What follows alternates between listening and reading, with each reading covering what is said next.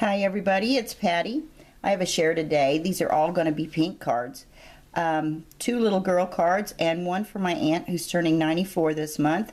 So these are to welcome babies, the first two, into our family. The first one is for my nephew and his wife. They welcomed their little girl a couple weeks ago, and I'm way behind, so I'm trying to get caught up, and I need to get these in the mail. If you have any questions about the paper lines or whatever I've used on the cards, please feel free to leave a comment. I'll try to answer those. But for the most part, it's cutting out with Sizzix.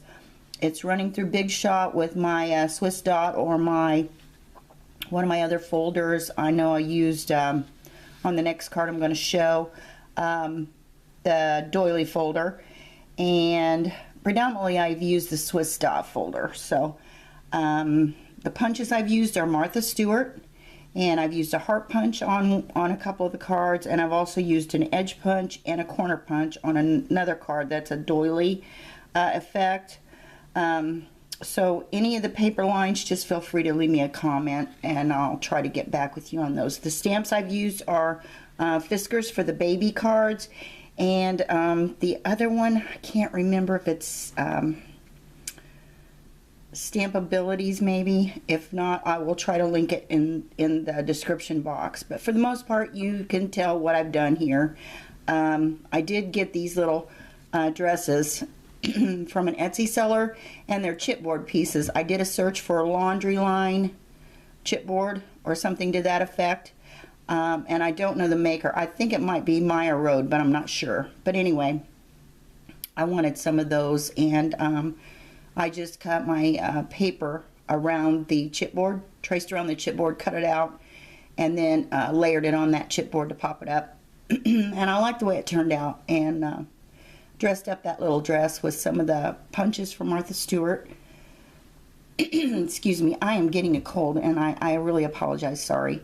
But anyway, the rest of that is pretty much self-explanatory. You can tell that I've done a little fishtail banner piece there, and I've stamped on it. I've inked my edges, put a little heart gem there, and used some twine on it, popped it all up on a little oval cutout from Sizzix, and layered up my cardstock on the front of the paper, like most people do.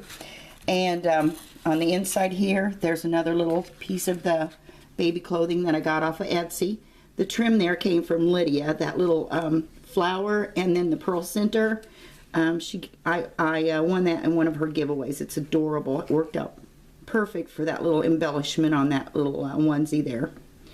And then stamped again, and then the twine. So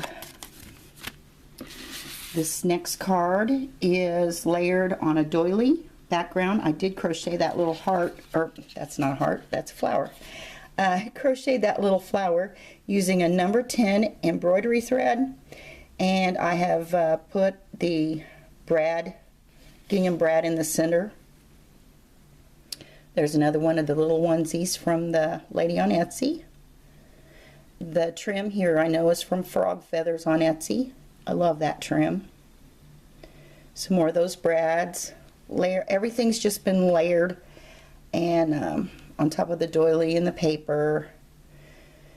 Then the layered sentiment there, that's from the Fiskars stamp again. A couple layers of hearts. On the inside, I pretty much used the same baby stamp that I had from Joann's. Fiskars made the stamp, and then layered it again on a doily, and then on top of the gingham. So that's that one. And then this is for my aunt, who's turning 94 this month. And in the background, I do know that that's the Bramble rose background there. It's a weathered wood and roses. Oh my gosh, I love that.